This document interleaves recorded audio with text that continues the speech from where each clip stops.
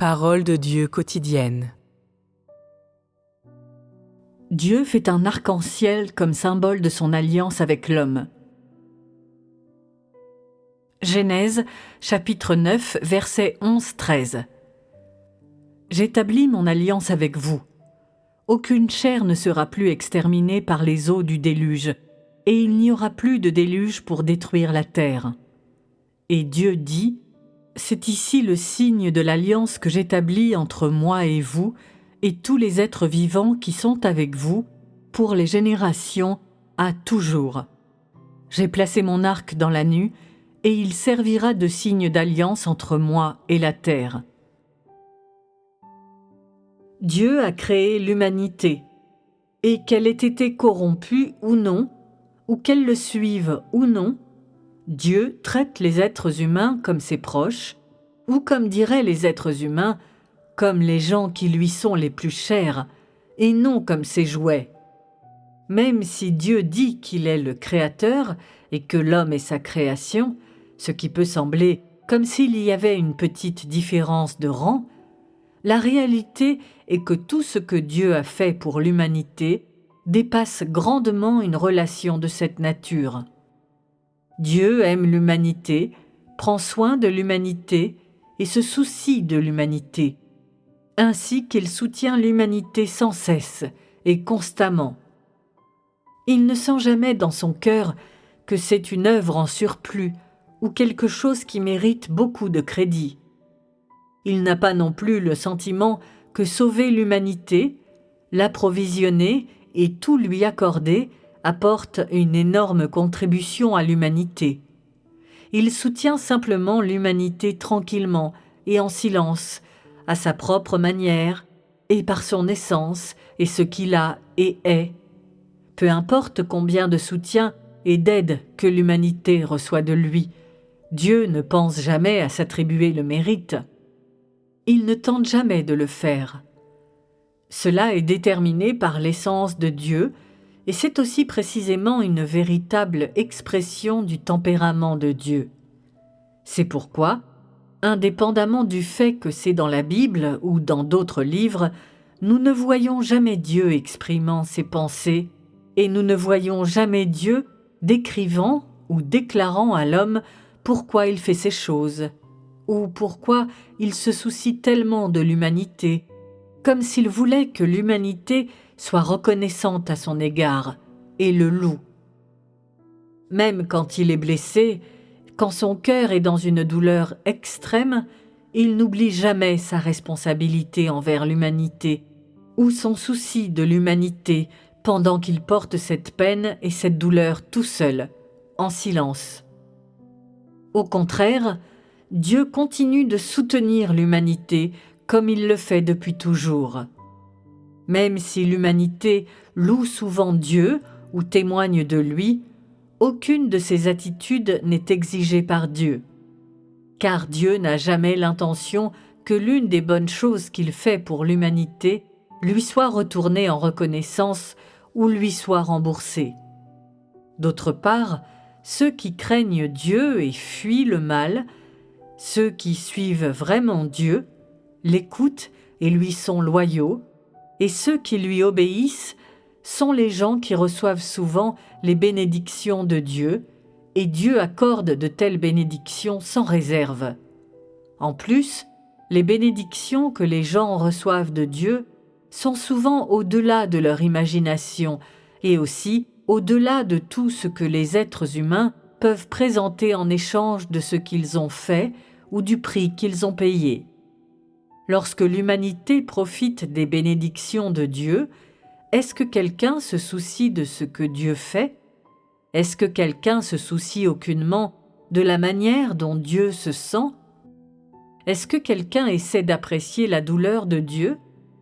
La réponse précise à ces questions est non. Y a-t-il un seul être humain, y compris Noé, qui puisse apprécier la douleur que Dieu ressentait à ce moment-là? Quelqu'un peut-il comprendre pourquoi Dieu établirait une telle alliance? Personne ne le peut. L'humanité n'apprécie pas la douleur de Dieu, non pas parce qu'elle ne peut pas comprendre la douleur de Dieu, ni à cause de l'écart entre Dieu et l'homme ou la différence de leur statut. Plutôt, c'est parce que l'humanité ne se soucie même pas d'aucun sentiment de Dieu. L'humanité pense que Dieu est indépendant, que Dieu n'a pas besoin que les gens se soucient de lui, le comprennent ou lui témoignent de la considération. Dieu est Dieu, donc il n'a pas de douleur, pas d'émotion. Il ne sera pas triste, il ne sent pas la peine, il ne pleure même pas. Dieu est Dieu, donc il n'a pas besoin d'expression émotionnelle et il n'a pas besoin de réconfort émotionnel. S'il a besoin de cela dans certaines circonstances, alors il s'en occupera lui-même et n'aura besoin d'aucune aide de l'humanité. À l'inverse, ce sont les humains faibles et immatures qui ont besoin de la consolation de Dieu, de son soutien, de son encouragement, et même c'est lui qui doit réconforter leurs émotions à tout moment, partout. Une telle pensée se cache au plus profond du cœur des gens. Les hommes sont ceux qui sont faibles. Ils ont besoin que Dieu prenne soin d'eux de toutes les manières. Ils méritent tous les soins qu'ils reçoivent de Dieu et ils devraient exiger de Dieu tout ce qui, selon eux, devrait leur appartenir. Dieu est celui qui est fort. Il a tout et il devrait être le gardien de l'humanité et le dispensateur des bénédictions. Puisqu'il est déjà Dieu, il est omnipotent et n'a jamais besoin de quoi que ce soit de l'humanité. Comme l'homme ne prête attention à aucune révélation de Dieu, il n'a jamais ressenti la peine, la douleur ou la joie de Dieu. Mais à l'inverse, Dieu connaît toutes les expressions de l'homme comme la paume de sa main. Dieu pourvoit aux besoins de chacun en tout temps et en tout lieu, observant les pensées changeantes de chaque personne, et donc les réconfortant et les exhortant, les guidant et les éclairant. En regard de toutes les choses que Dieu a faites pour l'humanité et tous les prix qu'il a payés à cause d'elles, les gens peuvent-ils trouver un passage dans la Bible ou une parole parmi toutes celles que Dieu a prononcées jusqu'à maintenant qui stipule clairement que Dieu exige quelque chose de l'homme? Non. Au contraire, peu importe que les gens ignorent la pensée de Dieu. Il guide l'humanité sans cesse, soutient l'humanité et l'aide sans cesse pour lui faire suivre la voie de Dieu afin qu'elle puisse recevoir la belle destination qu'il a préparée pour elle. En ce qui concerne Dieu, ce qu'il a et est, sa grâce, sa miséricorde et toutes ses récompenses, tout sera accordé sans réserve à ceux qui l'aiment et le suivent. Mais il ne révèle jamais à aucune personne la douleur qu'il a subie ou son état d'esprit, et il ne se plaint jamais que quiconque ne soit pas attentionné envers lui ou ne connaisse pas sa volonté. Il assume tout simplement tout cela en silence, attendant le jour où l'humanité sera en mesure de comprendre. Pourquoi est-ce que je dis ces choses ici? Que comprenez-vous des choses que je vous ai dites? Il y a quelque chose dans l'essence et le tempérament de Dieu qui est le plus facile à négliger, quelque chose que seul Dieu possède et personne d'autre, y compris ceux que les autres considèrent comme des gens formidables, de bonnes personnes ou le Dieu de leur imagination. Quelle est cette chose? C'est l'altruisme de Dieu. Quand on parle d'altruisme, tu pourrais penser que tu es également très altruiste, car en ce qui concerne tes enfants, tu ne négocies jamais avec eux et tu es généreux envers eux. Ou tu penses que tu es aussi très altruiste en ce qui concerne tes parents. Peu importe ce que tu penses, au moins tu as un concept du mot altruisme.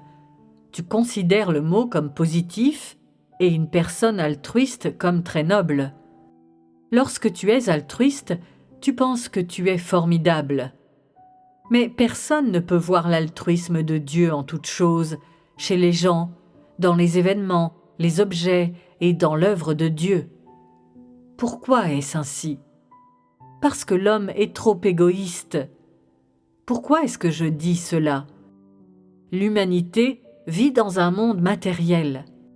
Tu peux suivre Dieu, mais tu ne vois jamais ni n'apprécies la façon dont Dieu te soutient, t'aime et se soucie de toi. Alors, que vois-tu? Tu vois tes parents selon le sang qui t'aiment à la folie. Tu vois les choses qui sont bénéfiques pour ta chair. Tu te soucies des gens et des choses que tu aimes. Tel est le soi-disant altruisme de l'homme. Ces gens altruistes, cependant, ne sont jamais préoccupés pour le Dieu qui leur donne la vie. Contrairement à Dieu, l'altruisme de l'homme devient égoïste et méprisable. L'altruisme dans lequel croit l'homme est vide et irréaliste, altéré, incompatible avec Dieu et sans rapport avec Dieu. L'altruisme de l'homme est pour lui-même, tandis que l'altruisme de Dieu est une véritable révélation de son essence. C'est précisément en raison de l'altruisme de Dieu que l'homme est constamment soutenu par lui. Vous n'êtes peut-être pas très profondément touché par ce sujet dont je parle aujourd'hui, et simplement vous hochez la tête en signe d'approbation. Mais quand vous essaierez d'apprécier le cœur de Dieu dans votre cœur, involontairement, vous découvrirez ceci. Parmi tous les gens, toutes les questions et toutes les choses que tu peux sentir en ce monde, seul l'altruisme de Dieu est réel et concret, parce que seul l'amour de Dieu pour toi est inconditionnel et sans tache. En dehors de Dieu, le soi-disant altruisme de toute autre personne est entièrement faux, superficiel et hypocrite. Il a un but, certaines intentions, il contient un échange et ne supporte pas d'être mis à l'épreuve.